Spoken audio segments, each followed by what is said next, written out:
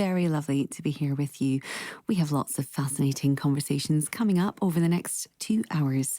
Between now and 10, we'll talk to Dr. Marika Big about her book, This Won't Hurt, which claims women are the casualties in a medical landscape largely designed for and by men.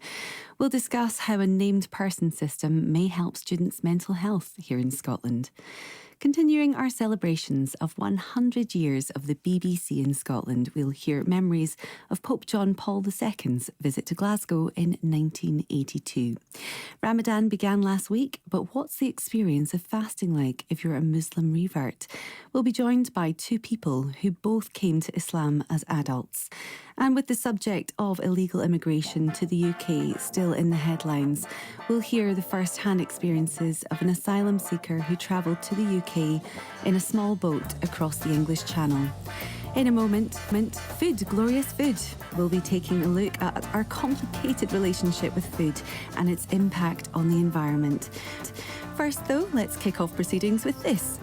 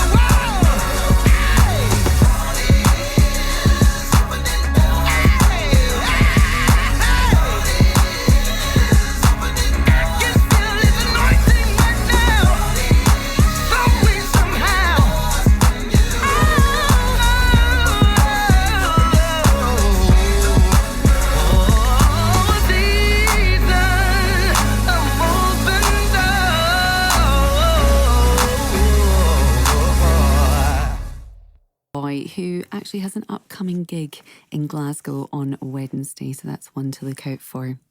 Now, from the meat industry to palm oil, the way our food is produced is widely recognised as a huge contributor to climate change, but it also has big implications for our own personal health.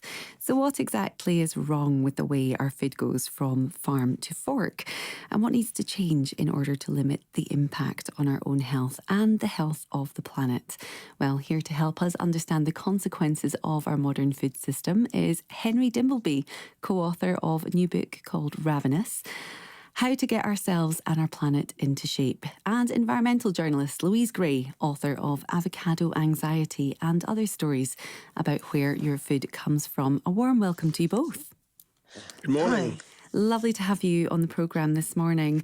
Henry, I wonder if you could help us by setting the scene for us with our food system. How did we arrive at this current system we have today?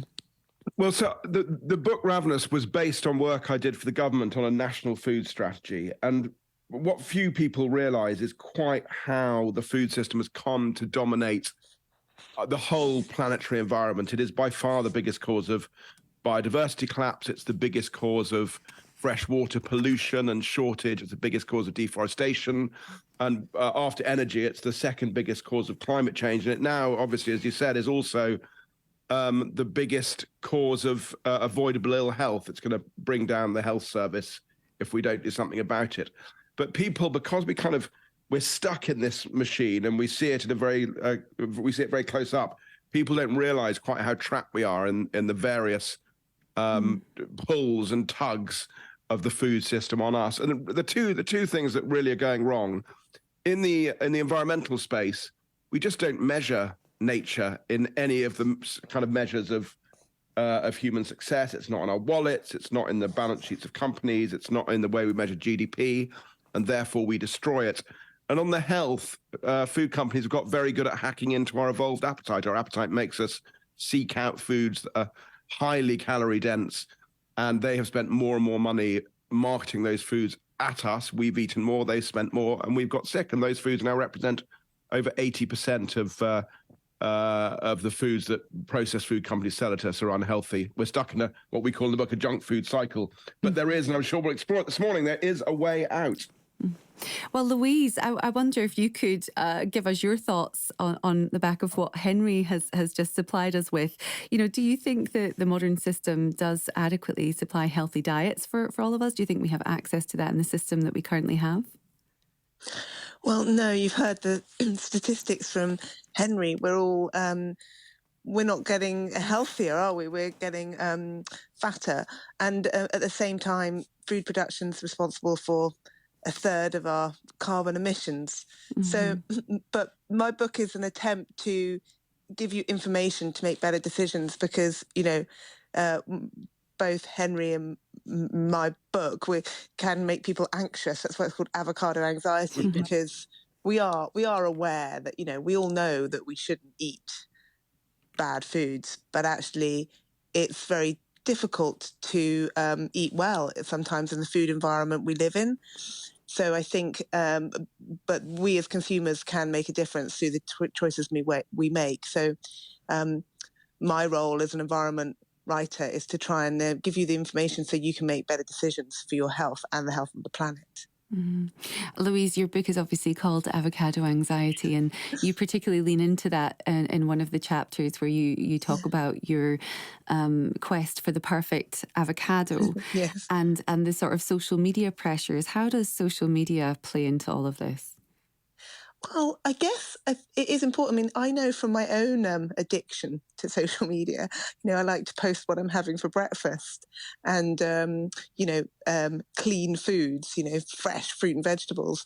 And actually one of my questions as a writer was like, well, how perfect, how clean are these foods? Let's look at their environmental background. So I think we have to look beyond what we see in social media when we understand where our food is from. And we also need to push back a bit because, it's quite dangerous for young people especially to choose their diets from social media. It can be quite difficult to make sensible choices when you're just looking at social media. So I think we need to share more deeper information.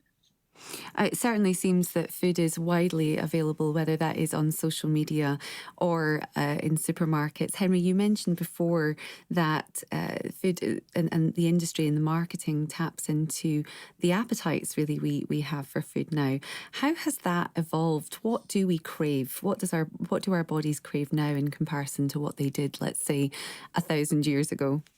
Well, the same things, and that's the problem. So first of all, we try to free up individuals from this problem. We haven't evolved as human beings. We haven't changed. The food system has. And when you think about, we use the example of the Chilean rugby players who crashed into the Andes, about how powerful appetite is. So they were starving, and to feed themselves, they ate the bodies of their friends and families. They start off with the flesh, ended up eating the organs, the lungs, and the brains. Appetite is an incredibly powerful thing, and it will make us do almost anything. There was a study at the end of the war. They starved conscientious objectors because they wanted to be part of the war effort, to see how you could refeed them. And when they were starving, these people, where they used to go and watch movies, and they didn't care about anything. They didn't care about the train crashes. They didn't care about the love. But when a bit of food came on the screen, it was electrifying. It was exciting. So appetite is very powerful. And we now think that in ultra-processed foods, there is a particular combination of ratios of fat and sugar and salt that appear very rarely in food we cook from scratch. And if you have that combination, it's called hyperpalatability. You eat more, and when you eat more, it's calorie dense, so you get more calories more quickly. And if it's low in water and insoluble fiber, it fills you up less quickly. So, I mean, the one thing on the health side that I would say to anyone, first of all, don't try and eat healthily. Don't try and slim. If you eat healthily, you'll slim. But try and eat high fiber food cooked from scratch. You're managing your appetite. Don't manage calories. You're trying to make yourself not feel ravenous all the time. But the food companies have done a very good job of overfeeding us. Well, Henry, in your book, there is a chapter which explains one study into hunger that was done many years ago, and it highlighted the basically essentially what you've just said, that you lose weight very quickly when you're hungry if you're not eating. But in actual fact, the way our bodies work, you will store much more fat, and many of the participants in that study did that. Now, I think some people in this country, perhaps more in the Western Hemisphere, might struggle to kind of relate to those, and actually instead in those issues, and in fact in this area there seems to be an abundance of food. So how do we make the right choices when it comes to not just our body but also the environment? Well, so I argue in the book that on our body we do have agency, but it's very difficult. So as I said, eat food where possible you can, cook from scratch. Think about what fills you up, not restricting yourself, and recognize that exercise is wonderful for many, many, many things, but it's not great at making you lose weight. So if you exercise and don't lose weight, don't give up. It's doing you all sorts of good.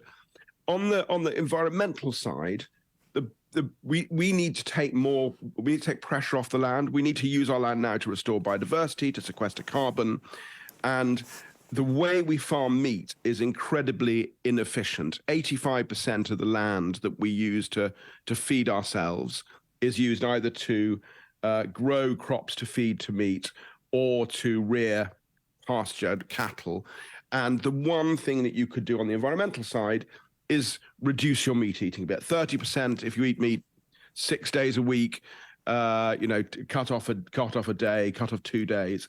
It's not a big shift, but that will have a huge shift on. It just puts a lot of pressure on the environment. The animals that we rear for food currently at any one time weigh twice as much as all human beings and 20 times as much as all of the wild animals. We just eat too much meat, and it's putting too much pressure on the environment. Louise, are there assumptions that we have about the food system that are incorrect? Oh, plenty, I think. And I think the one that comes to mind the most, is Henry's already touched on it, is, that we as individuals have, it's all about willpower. It's all about us controlling ourselves in the supermarket. And I think, you've heard enough of Henry to realise it's actually a whole food system problem, that, there's got to be changes higher up in the decisions that farmers are taking on what they grow, and retailers are taking in the kind of food they offer, for example, more seasonal and local food, more alternative, plant protein alternatives. So I think, everything we've said about the individual having the understanding, but it's also about the wider system. We are these mammals controlled by appetite, and we need to be clever enough to make our system work better for the environment and our health.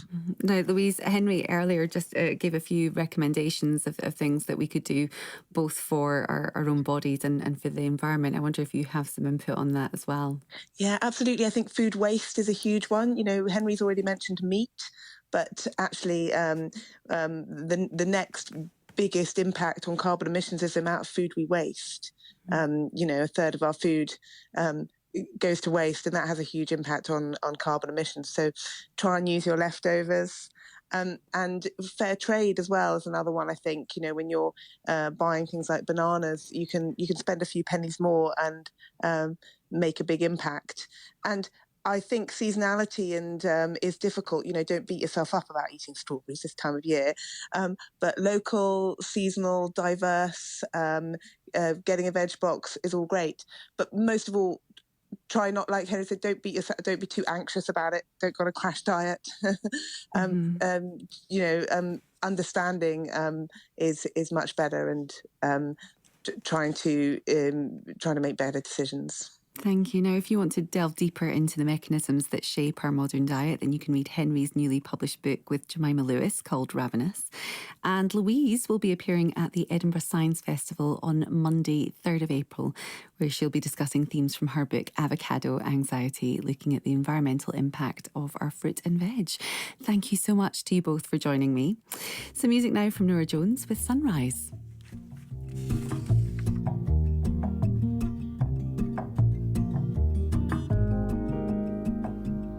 Sunrise, sunrise, looks like morning in your eyes, but the clock's held 9:15 full hours.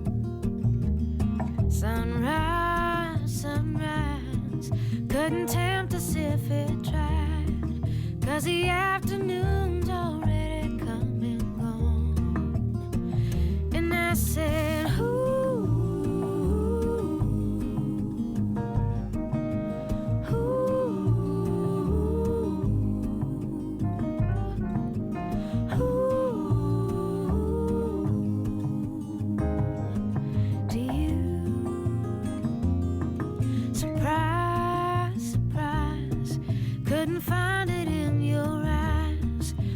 sure it's written all over my face.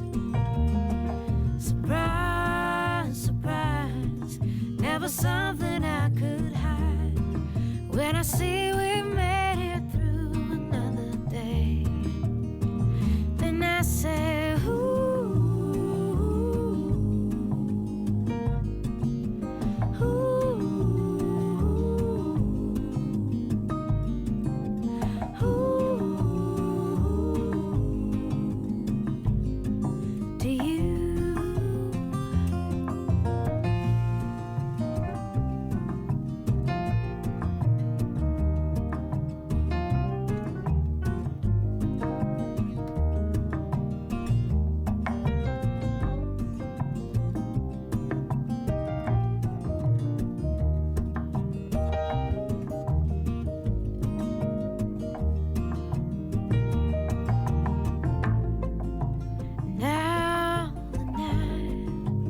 throw its cover down on me again.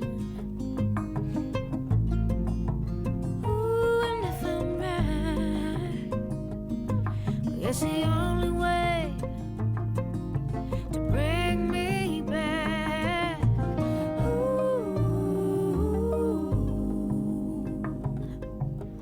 Ooh.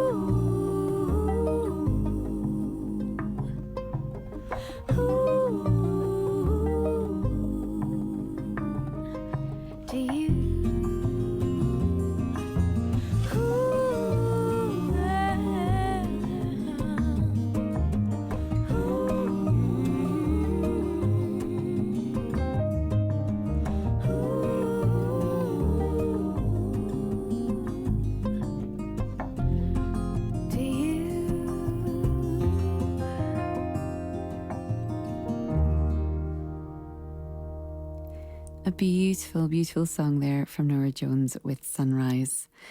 Now, the tragic suicide of Romy Ulvestad, an Edinburgh University student who'd been struggling with mental health issues, has raised concerns about the support available to students in higher education.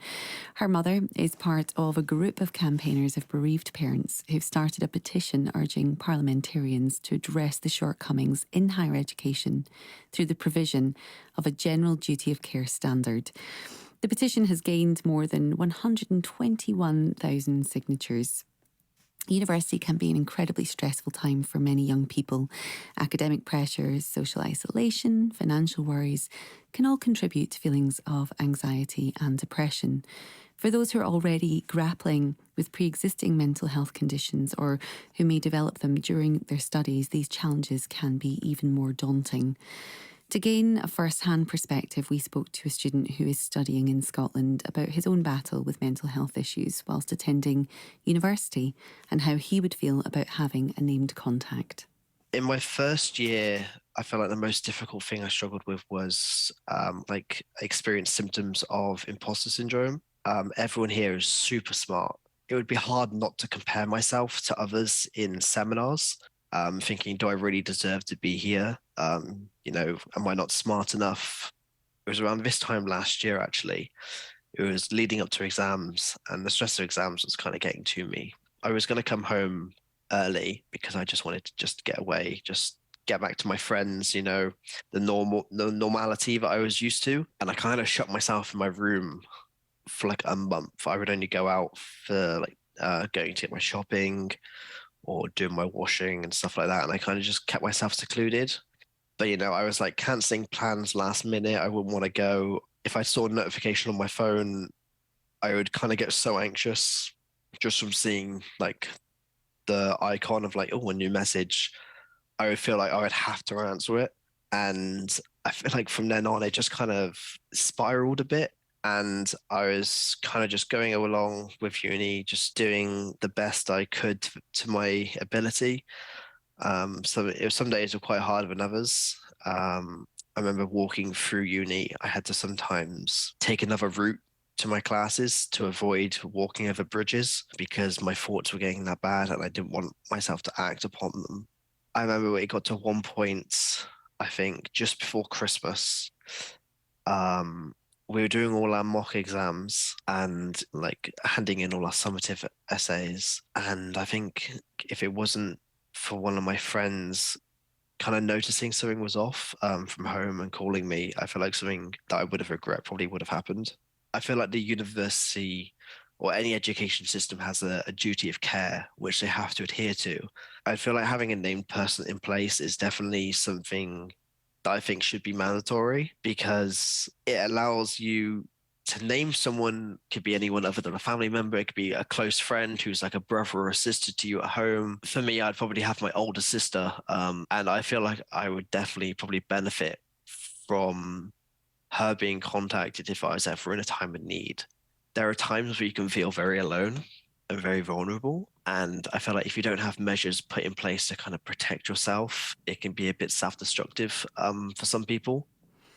A very powerful account of what it's like being a student struggling with mental health issues. So how can universities support students who are struggling with their mental health, and what are some of the biggest concerns students are facing? Well, joining me to provide insight is NUS Scotland President and Think Positive representative Ellie Gummersall. Welcome to the show. Morning. Now, listening to that audio there of a student who has struggled is obviously, incredibly heartbreaking, but sadly it is more common than we think. It really is. In fact, last year, the Mental Health Foundation conducted the Thriving Learners report alongside University of Scotland, and the findings were absolutely horrendous. They found that nearly 3/4 of students in universities in Scotland had low well-being, and it was more than a third who had moderate or severe symptoms of depression.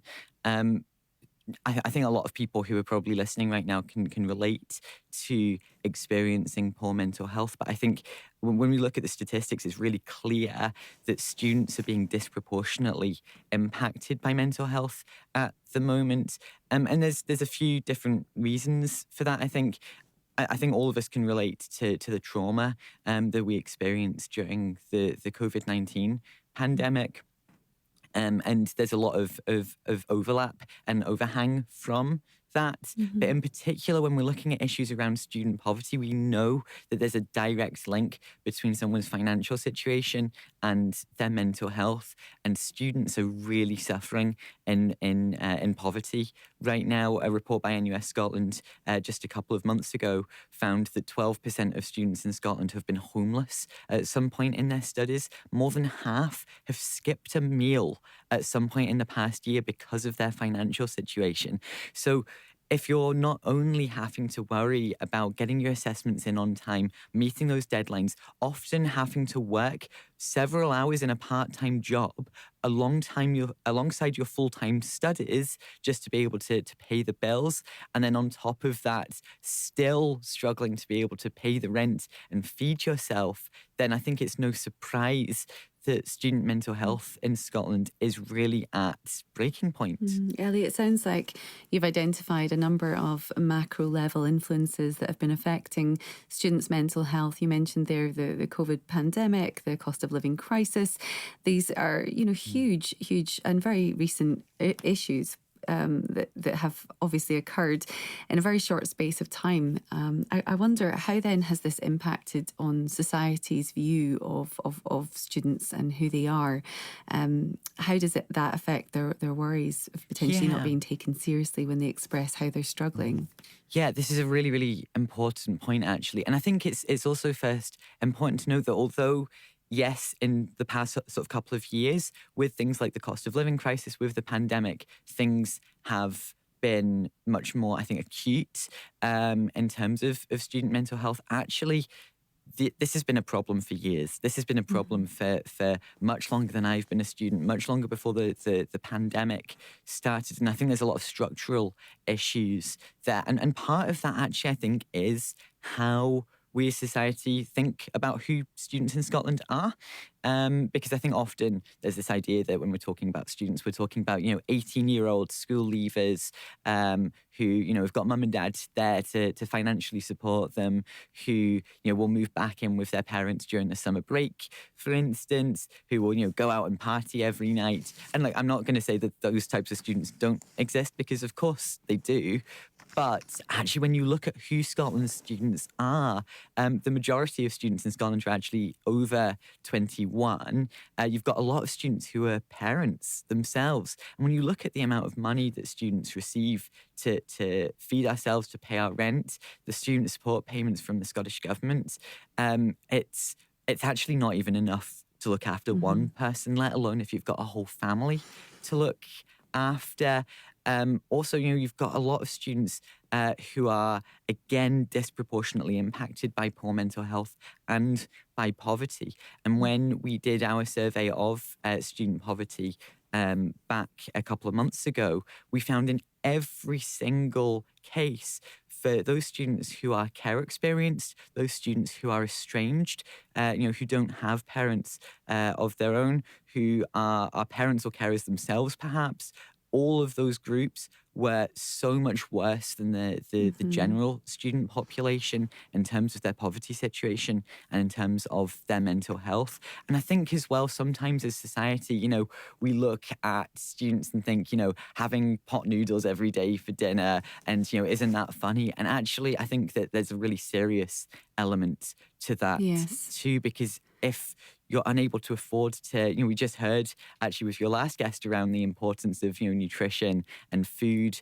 and things like that. And actually, if you're not eating properly, if you're not able to afford healthy, nutritious meals, that has a huge impact on your mental health. Yeah. Ellie, I wanted to ask about the fact that we're looking now at having a named person. It wouldn't necessarily be a parent, but perhaps someone that could that could be trusted to be contacted.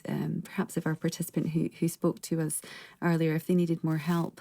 Is this something that could be beneficial for other people? How can universities navigate potential privacy issues around having a named person?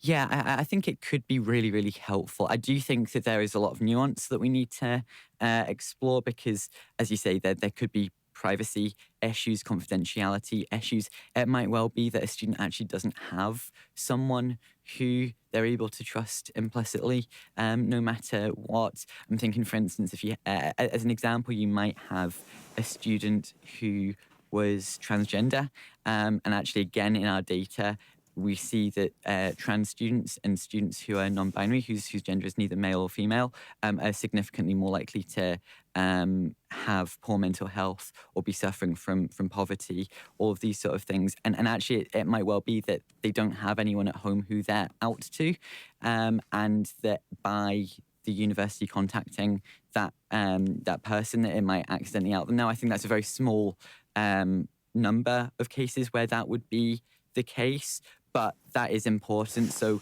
I think it's about making sure that we find the balance, making sure that we're able to ensure that students are having their privacy and confidentiality respected, but also I think that the scheme and the idea overall is a really, really good idea.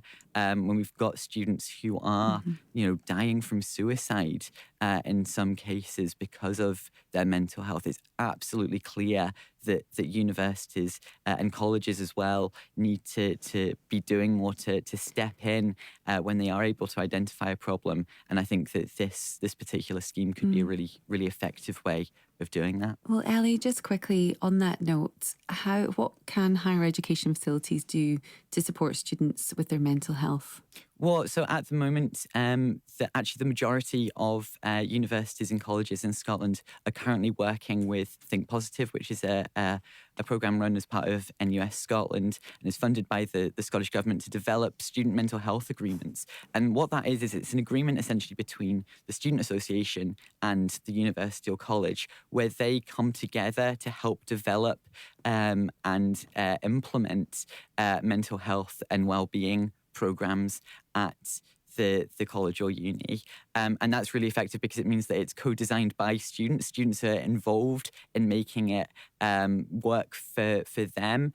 So that's fantastic. Another really brilliant scheme actually that's been run by the Scottish Government for the past 5 years now is that every university and college has got mental health counsellors at that institution. And that's hugely important. It's an absolute lifeline for students. But that money is now running out. And the Scottish Government still have not confirmed yet whether or not they'll be renewing that funding for the next academic year. That means that the counsellors who are currently in colleges and universities across Scotland who are providing that essential service could be made redundant within weeks. And so it's absolutely essential that the Scottish Government announce ideally within the next week or two, where that funding is coming from. We've been asking for it for months. We've been hearing no answers. And it's so important because for those universities and colleges that don't have the resource to be able to fund them themselves, those counsellors will be leaving, and those students who are currently relying on them for their mental health will be left out on the limb. Thank you very much, Ellie. And that was Ellie Gummersall, NUS Scotland President and Think Positive Representative.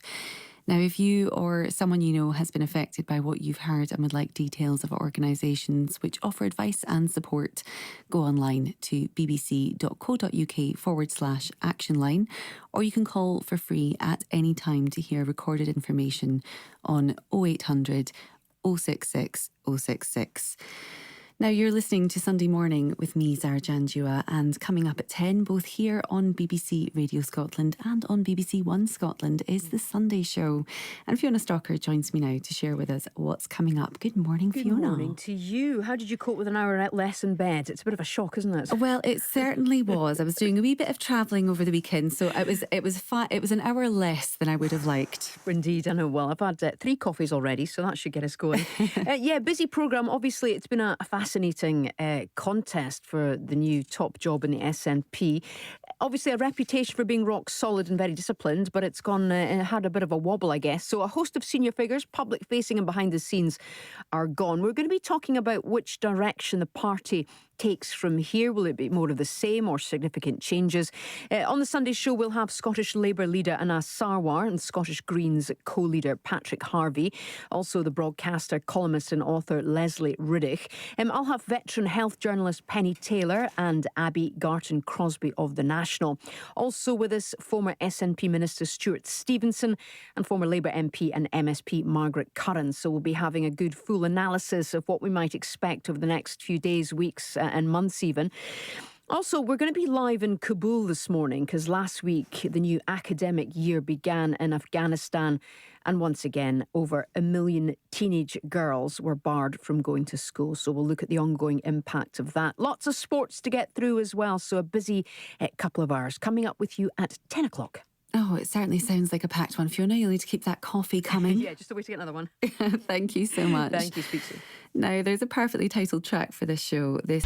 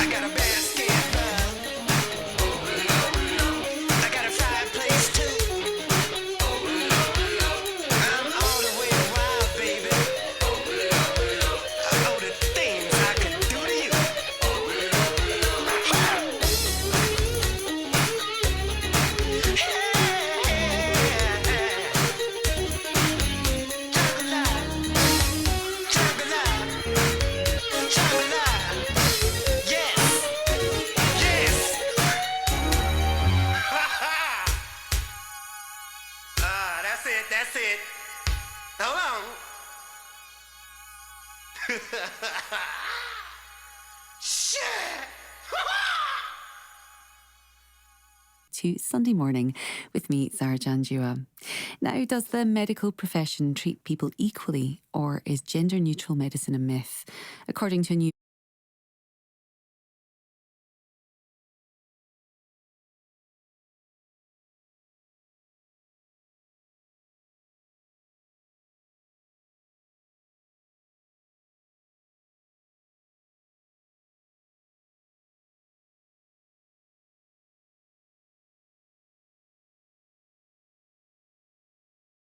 book, the answer is yes. In This Won't Hurt, sociologist Marika Big explores the idea that medical landscape as we know it was designed for and by men. As a result, from research to treatment to diagnosis, women's needs are failing to be met, and it has a massive impact on women's health and well-being. And Dr. Marika Big joins me now. Good morning, Marika. Hi, good morning. Thank you so much for being with us this morning. Now, you begin this book setting out the premise for your argument that, of course, there is gender imbalance when it comes to, particularly with the history of medicine. What sort of raised this question for you? Yeah, so I think the initial spark for the book came from an experience I had personally where I went to the gynecologist and he said some very kind of odd things to me that I found kind of jarring at the time, but couldn't really make sense of. And reflecting on that experience from a sociological perspective, which is where my academic training is, helped me make sense of that experience and sort of realize that it revealed a systemic issue, that it wasn't personal to me. And that made me want to write the book, to share that perspective with women, because it helped me understand and make sense of it. Well, of course, there are very specific female fields in medicine, like obstetrics and gynecology. So focusing on those just for a moment, in what way do you think those are women's needs are failing to be met in these areas? Well, in so many ways. So yeah, as you say, these are areas that are specific to women. And what that has meant in medicine is that they've been marginalized, sidelined. So they're underfunded compared to other areas of medicine. Take endometriosis research, for example. It's as common as diabetes is. Impact on quality of life is very similar, yet it gets about 1/20 of the funding that diabetes research does. Mm-hmm. So, with less money going to these areas, less research is done, we're not making the progress that we need to be to address women's needs, but also in other ways. A recurring theme I outline in the book is how women just don't feel listened to. Medical gaslighting is a word that's been thrown around a lot lately, but that really refers to a kind of a feeling that women have that they're not being heard when they go to the doctor, and that's really prevalent in gynecology.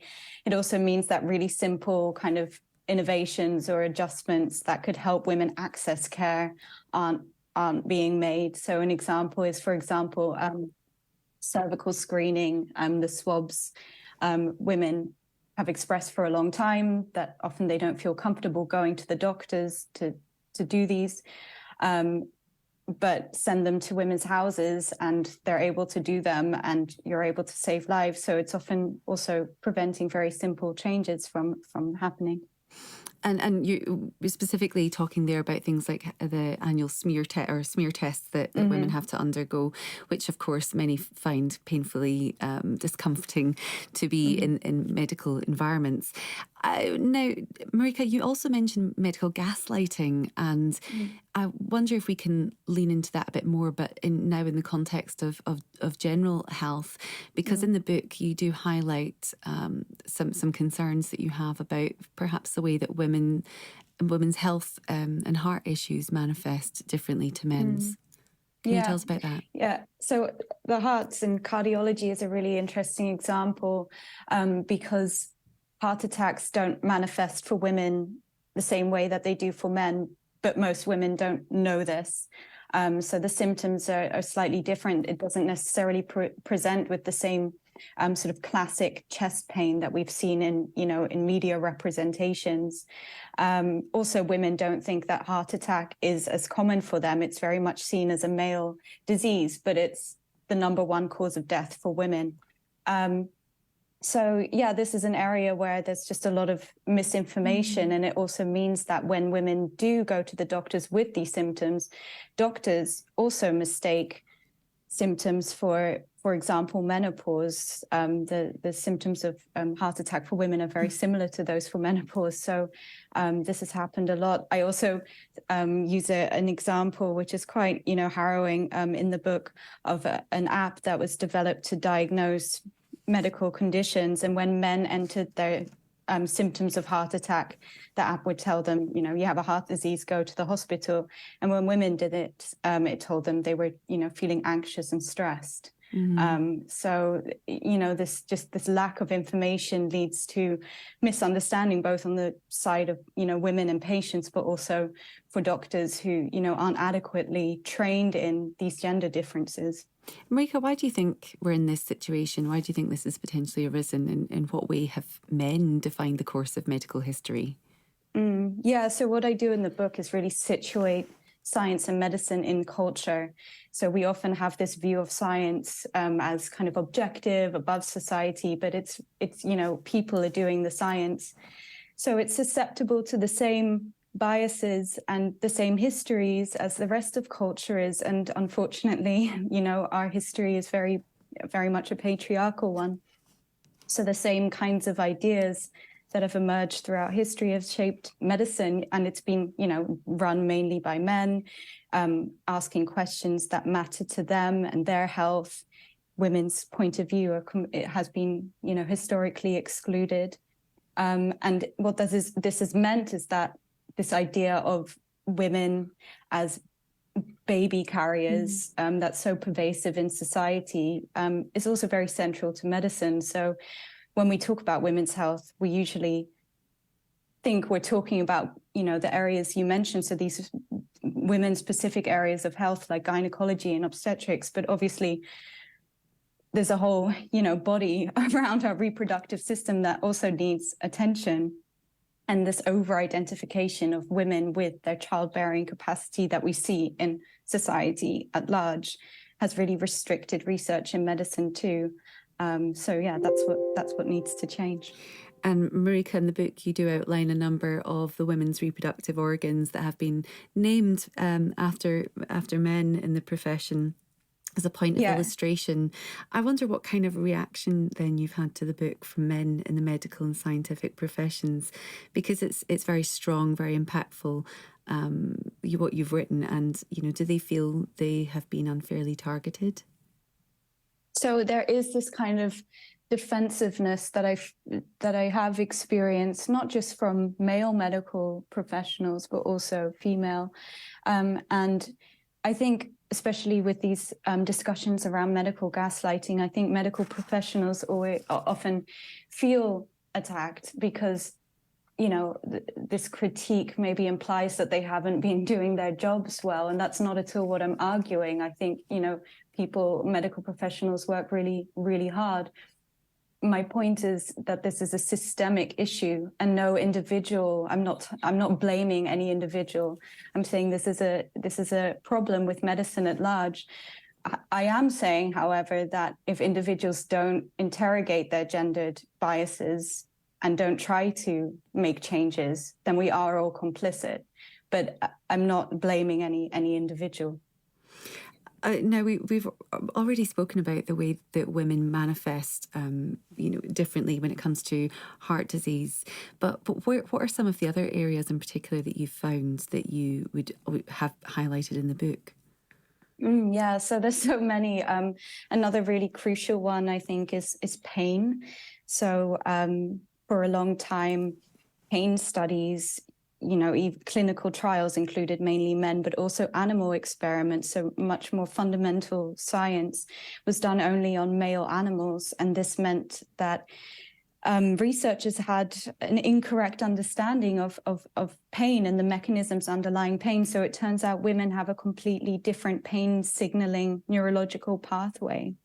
And this is obviously really important when we're medicating, because it means that, you know, if we have medicines that target male pain pathways and not female ones, then we're not actually treating pain, which is, you know, very disconcerting considering that women experience more pain than men do, more chronic pain, because their health issues aren't treated adequately. So it's, you know, this is a really kind of harrowing example. Yeah, there's so many cases across medicine, bone health. Again, there's all these kind of gendered ideas about women being weaker, having fragile bones, hormone research, kind of with this idea that the sex hormones are exclusive to men and to women, so that women have the female sex hormones and estrogen, and men have testosterone, when in fact we all have both. So these really kind of binary ideas of around gender are just misleading research across the board. And of course, this doesn't just harm women, this also harms men, because it leads to misunderstanding of the biology. And so when women feel unseen, or if they feel that medicine has failed them, where do they turn to? So, yeah, I mean, sometimes their community, sometimes, you know, each other, sometimes the internet. And I talk about this in the book, that, you know, there's new resources filling the void where medicine is lacking. And Femtech is a really good example of that. So new apps that, you know, geared towards women's specific issues, often fertility, you know, menstruation tracking apps, this kind of thing. And on the one hand, you know, it's great that there are new resources and that women's health is being prioritized. On the other hand, when we're not interrogating our sexist assumptions in medicine and as a society, the same ideas are going to end up being written into the other resources. So fertility apps, for example, I mean, it's in the name. You know, there's this assumption that we would only want to track our periods to conceive, when in fact we might want to do it for, you know, a host of other reasons, like, you know, managing our moods or other symptoms of menstruation, whatever it might be. So we really need to think about these ideas. It's so important to put medicine back in culture, because otherwise none of our resources are really going to meet women's needs. Marika, it's been a pleasure speaking to you. Thank you very much for joining us. That was Marika joining us here with her book, This Won't Hurt. And it's a book published by Hodder and Stoughton and is available now. Coming up after 9, the UN's IPCC released a report last week issuing a warning about the dire consequences of ignoring the climate crisis. We'll look at what needs to be done to mitigate the effect of the temperature rise and explore the radical ideas being planned to tackle the problem. What does it feel like to cross the channel in a small boat? We'll hear the real life experience of a young asylum seeker's journey from Afghanistan to the UK, and we'll be looking at the challenges Muslim reverts face when adapting to their new religion. Taking us to the news is Diana Ross, who's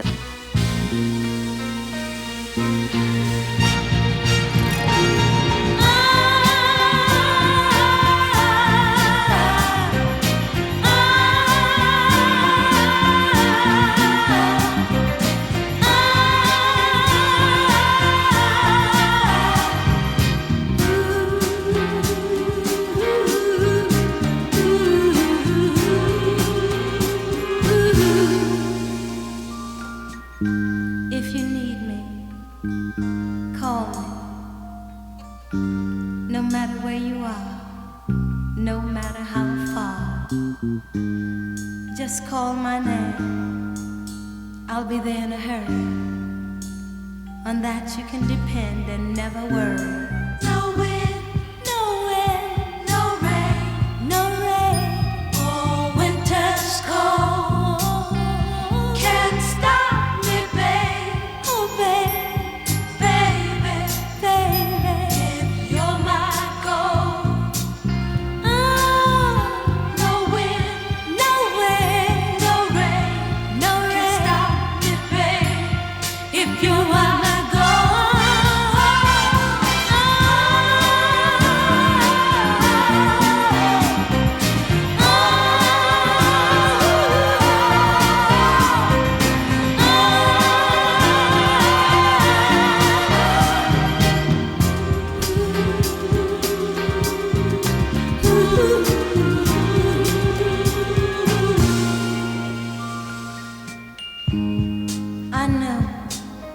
I know you must follow the sun wherever it leads. But remember, if you should fall short of your desires, remember life holds for you one guarantee: you'll always have me. And if you should miss my loving one of these old days, if you should ever miss the arms that used to hold you so close, or the lips that used to touch yours so tenderly, just remember what I told you the day I set you free. Ain't no mountain high enough, ain't no valley low enough, ain't no river wide enough to keep me from you. Ain't no mountain high enough, ain't no valley low enough, ain't no river wide enough to keep me from you. Ain't no mountain high enough, nothing can keep me from you. Ain't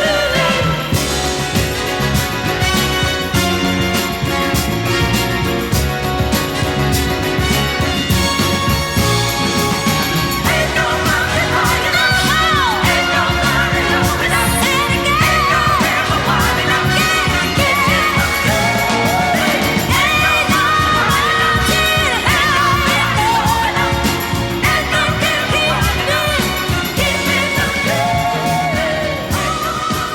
Nothing in this world, nothing in this world. Your smart speaker. And on BBC Sounds. BBC Radio Scotland.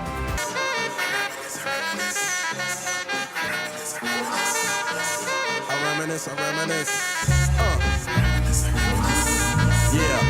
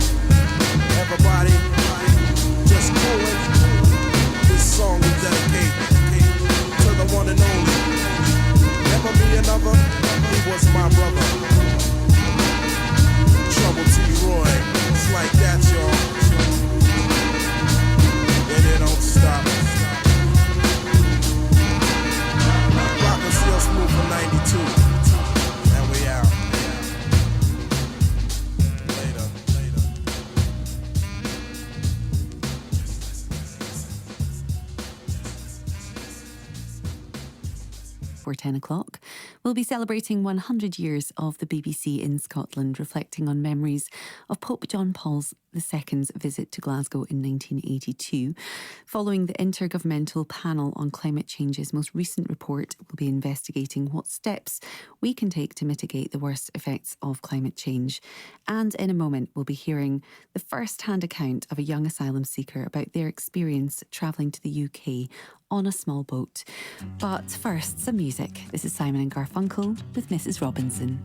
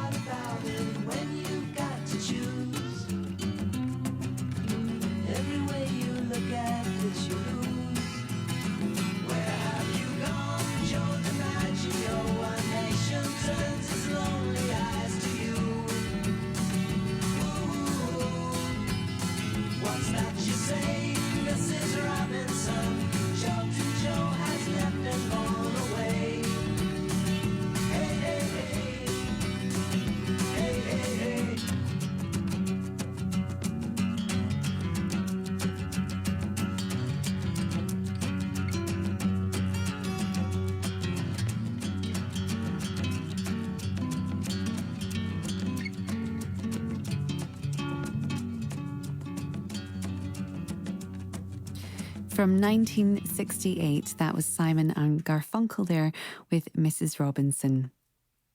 Now, as we've been hearing in the news this morning, the ongoing refugee crisis continues to have a human cost as migrants make dangerous sea crossings in boats. And here in the UK, our headlines have been dominated recently with the news that the UK government is proposing a new policy that will see anyone found to have entered the country illegally removed from the UK within 28 days. They would also be blocked from returning or claiming British citizenship in future. Under these plans, people who arrive in small boats would either be returned to their home country or somewhere else the UK government describes as a safe third country like Rwanda. News websites and television screens have been filled with striking images of people strapped into orange life jackets undertaking the perilous crossing of the English Channel. But beyond the headlines, articles and opinion pieces, what is the reality of making this journey? What drives someone to take such a risk? And what is the psychological impact of going through this experience? Well, last week I spoke to a young asylum seeker who we're keeping anonymous so as not to jeopardise his asylum claim. He shared with me what he says is his experience travelling from his home in Afghanistan to the UK. A warning that this conversation includes descriptions of events that you may find distressing. I grew up in a village like 27 kilometers far from the city. I work with my father at the farm, and it's not much money in a farming to be in Afghanistan. So my father, he joined Afghan army, and after that Taliban treated us, and then we moved to city. And then my parents, they went to village for attending wedding ceremony. And with my small brother, he was just 4 or 5 years old. And before sunset, they on way back to city, and on way Taliban, they fired and killed my parents. I understand that that was a huge shock because at the time you were still very young. Yeah, I was just like nearly 16 that time. And what was the next step for you when you realised your family had been killed? Why was the decision made that you should leave the country? My uncle Material, he know everything maybe, so he just told me you should not be here more. I remember the day that when I left my city, I cried. I told to my uncle I don't want to go anywhere, but he just kept me in the hand of smuggler. So he arranged for the people smugglers to take you out. You say that one of the most scary parts of your journey happened in Iran. Can you tell me a bit more about that? Well, Iran is all of scary for me. I never been out from my village. Like I never spent out a night outside my home. When I went to Iran with other smugglers, there are a lot of migrants. They all time keep me in a car boats. So they keep 14 boy in one car, like 2 in the front seat, 8 in the back seat, and 4 boy in car boats. So you were moved in the boot of a car. Did the route take you on the main roads in Iran? No, we was on the mountains, and like it was dangerous. Sometimes the driver, he drove very fast, and police chased him. So firing, a lot of accident happened. Some people, migrants died there. I see a lot of migrants, they died. How did you know which way to go on the parts of the journey in Iran where you were having to walk through the mountains? Did you have any say in where you were being taken?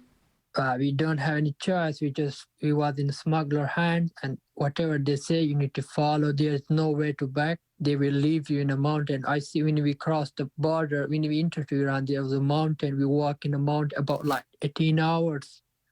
And I saw some bodies there, and no one cared the bodies. People just put some stone on the bodies just to cover them. So you witnessed these bodies of people who'd been left on the mountain. At this time, were you thinking a lot about home? To be honest, I was afraid every time to catch by police. If police catch, they will deport us back to Afghanistan. And so you just wanted to go home? Yeah, I wasn't. I just really wanted to go home that time. I cried all the way on that time. And when you got to Turkey, you were finally able to speak to your uncle? Yeah, first time I spoke with my uncle. I just talked 5 minutes. The smuggler, they keep me in a locked room and told me that, tell to your uncle that you are here and give us money. I was just cry and say, just hi to uncle. And I told them I'm here and they want money and just like this. And the next day they released me. They said, you are free to go. They leave me outside and I was on street. So you were released by the smugglers in Turkey. What was life like for you having arrived in Istanbul? In Istanbul, we not have any rights. If we sick, there is no medicine for us, like nothing. And in Turkey, like everyone's scared, like, there was still some smuggler, like if they catch you, if they know that you are a refugee, so they ask your family again for money. It's kind of problem in Istanbul was. So you felt compelled to leave Istanbul. From Turkey, you continued your journey and it took you to Serbia. The last part of that journey was in an empty oil tanker on a train. There was some other boys, they don't have money as well, and we decided to go and oil tanker. There was a big train. We hide in an oil tanker, and yeah, that was empty. We just put some cartons and blanket inside there, and we hide. So when we arrived close to Serbia border, it's like 3 kilometers, and train stops. So when I come out, there was no police. I told him, no one here. So we was 12 boys. 5 come out. When the 6th one, he tried to come out, he tried to pull out their bags, and his shoulder caught, just tried to stand, and he caught by electric line up on the train. Yeah, and his body burned in some seconds. The bloods come out from his ears and nose. I was so scared, like his body just burned. All of his clothes burned. There's no clothes on his body. His body become black. He died in front of, like, his body was shaking. Yeah, and after 3 days we hear he died. He was from the same city as me. I was so sad, like he was very nice. He was with us for the last couple of weeks. He was with us. We make some fun together, joke together. He always talk with parents, and then he say, I will go back to one day meet my parents and like this. You eventually got to France, where your uncle told you people from your Afghan village were living. How did you get there? So we went closer to France border, so Italy, hide in a lorry truck, and then entered to France. Yeah, and then from there we took a train to Paris. That was my villager. I stayed with him for 3-4 months. Did you consider staying in France?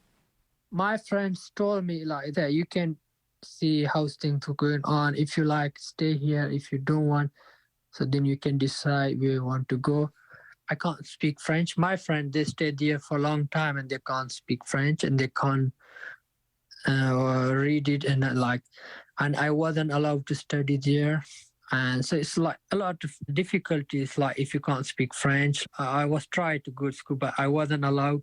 I like to play cricket also, but there was no cricket. There's also religion, like sometimes they close the mosque. So I just decided, some of the boys told me, you can go talk about UK, that's everything free. Religion, you can go to mosque, you can play cricket, you can study here. Yeah, it's make me trust to come here. I say, okay, I cross a lot of countries, just let's try this once more. So there you were in Cali, trying to make the crossings to the UK. You first tried to cross in lorries and then in small boats. Well, I tried with the lorry many times. I tried to hide in a lorry, but I caught by police many times, and there was no luck with me. And then some of other boys, they told me some like boys can make it with the small boats just in one day. And I told to my friend, help me to pay with like to cross. But they said, don't go because that's too risky. I said, look, I don't want to stay here. I have nothing to lose. I crossed these countries. I lose my parents. I saw a lot of my friends, they died on way, like when they was with me. I was decided. I tried 14 times, 1-4. It's many times police catch us. Sometimes engines stop working middle of sea. What was it like being in these boats? How did you feel?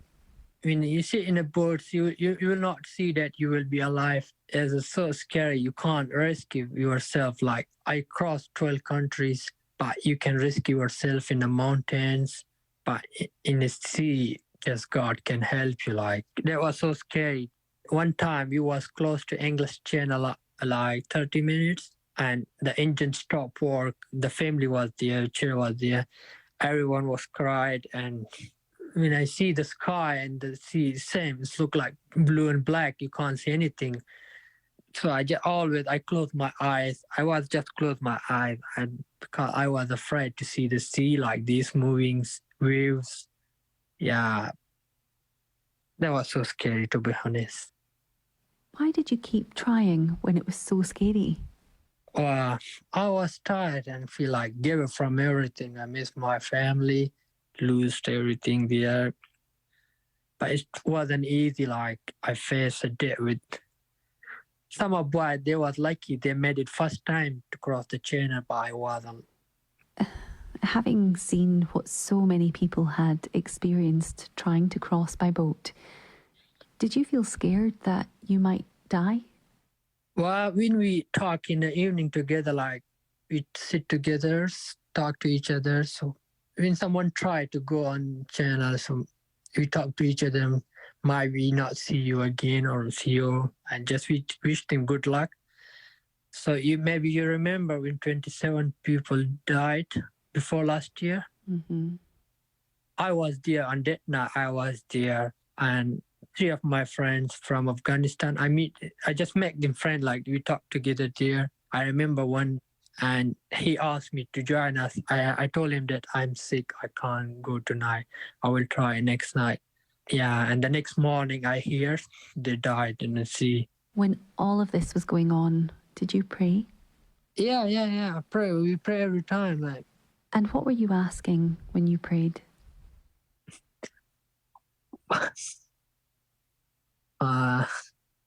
You asked me this question first time. No one asked me.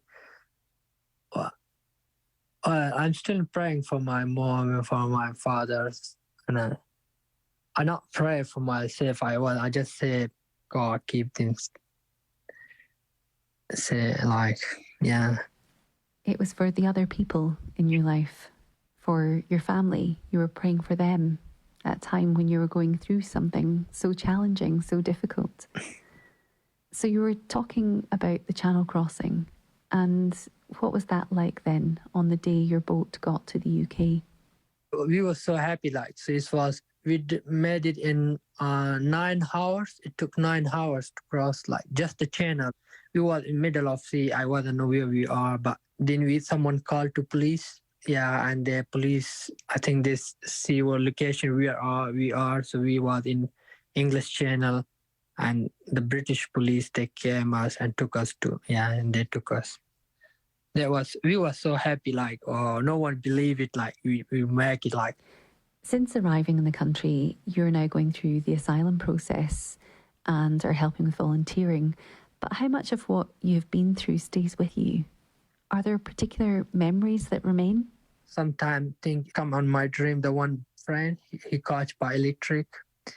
We've been without food for many days, 3 days, 4 days. We not food, eat anything. In Greece, we search food in a church. It's a lot of difficulties. It's not easy. You have people that you spend time with here, but do you speak with your uncle back home often? Yeah, I talk with him, but when he came to city, in village, the network's not good, so he send me message sometimes. But it's not good news from there. Taliban, they took everything. Knowing how your country has changed since you left, everything you went through, do you think it was worth going through what you did to be here?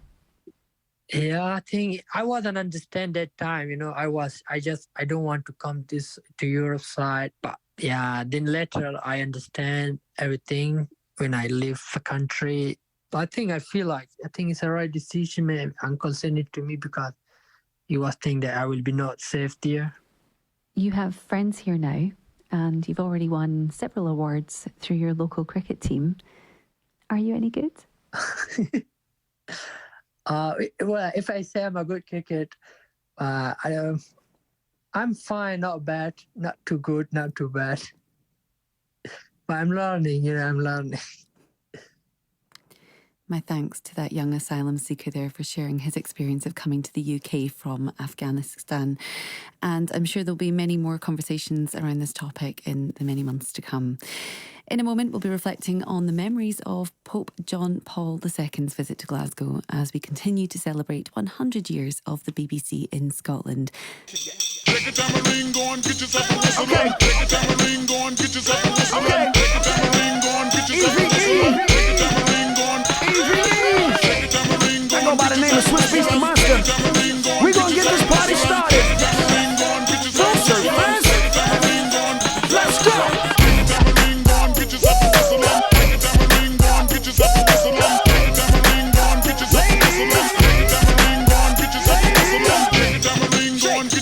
whistle on. Take your tambourine, go and get yourself a whistle on. Take your tambourine, go and get yourself a whistle on. EVE come through in the minds of pride. Throwing it big like I live in the Taj Mahal. Talk it, I don't get into blah blah. That's why they loving her. That's real, been the chick that they talked about. Damn is the words that come out their mouth. She look good always, without a doubt. Ask for it, she back and caking now. Come on. Take your tambourine, go and get yourself a whistle on. Take your tambourine, go and get yourself a whistle on. Take your tambourine, go and get yourself a whistle on. Take your tambourine, go and get yourself a whistle on. Take your tambourine, go and get yourself a whistle on. Take your tambourine, go and get yourself a whistle on. Take your tambourine, go and get yourself a whistle on. They be watching while we wiggle around. Look at them drooling. They ain't used to the sound. I keep them moving. All my ladies, put your hands in the air. It's all right now. We gon' keep you up on your feet the whole night now. Pop them bottles, yeah, drink that up, man. Got you feeling crazy? Well, that was the plan. They was waiting for me, wasn't ready for this. He got the game sold up. No, I'm talking about Swiss. So yeah, I know you wanna fight it, but why would you try? We got them shaking everything from the hood to Dubai. Yeah, we do it big, man. Why would we lie? Come on. 1, 2, 3, everybody. Take your tambourine, go and get yourself a whistle on. Take your tambourine, go and get yourself a whistle on. Take your tambourine, go and get yourself a whistle on. Take your tambourine, go and get yourself a whistle on. Take your tambourine, go and get yourself a whistle on. Take your tambourine, go and get yourself a whistle on. Take your tambourine, go and get yourself a whistle on. Get low, then pick up, get your hands in the air, it's a stick up, shake your tambourines, move it quicker, yeah, I'm shaking down the town, get the picture, how I'm moving on the floor, gotta love that, how she keep it going on, gotta love that, to the beat like a pro, know you love that, she can shake it to the flow, gotta love that, get your ass on the dance floor, dance on the dance floor, move them out the way if they ain't doing it how you want yours, you ain't got the ass, keep giving more, don't need my permission, y'all heard, what you waiting for? Get yourself a whistle on. Take your tambourine, go and get yourself a whistle on. Take your tambourine, go and get yourself a whistle on. Take your tambourine, go and get yourself a whistle on. Take your tambourine, go and get yourself a whistle on. Take your tambourine, go and get yourself a whistle on. Take your tambourine, go and get yourself a whistle on. Take your tambourine, go and get yourself a whistle on. Take your tambourine, go and get yourself a whistle on. Take your tambourine, go and get yourself a whistle on. Take your tambourine, go and get yourself a whistle on. Take your tambourine, go and get yourself a whistle on. Take your tambourine, go and get yourself a whistle on. Take your tambourine, go and get yourself a whistle on. Take your tambourine, go and get yourself a whistle on. Take your tambourine, go and get yourself a whistle on. Time to hear another feature in our series marking 100 years of our BBC in Scotland. And this one takes us back to the 80s in a very powerful moment for many. Here's Michelle McManus to introduce it. 100 years of our BBC in Scotland. In the summer of 1982, on the hottest day of the year, thousands and thousands of people travelled to Bellahouston Park in Glasgow to be part of an extraordinary event. Because you see, Pope John Paul II was in Scotland. This is the day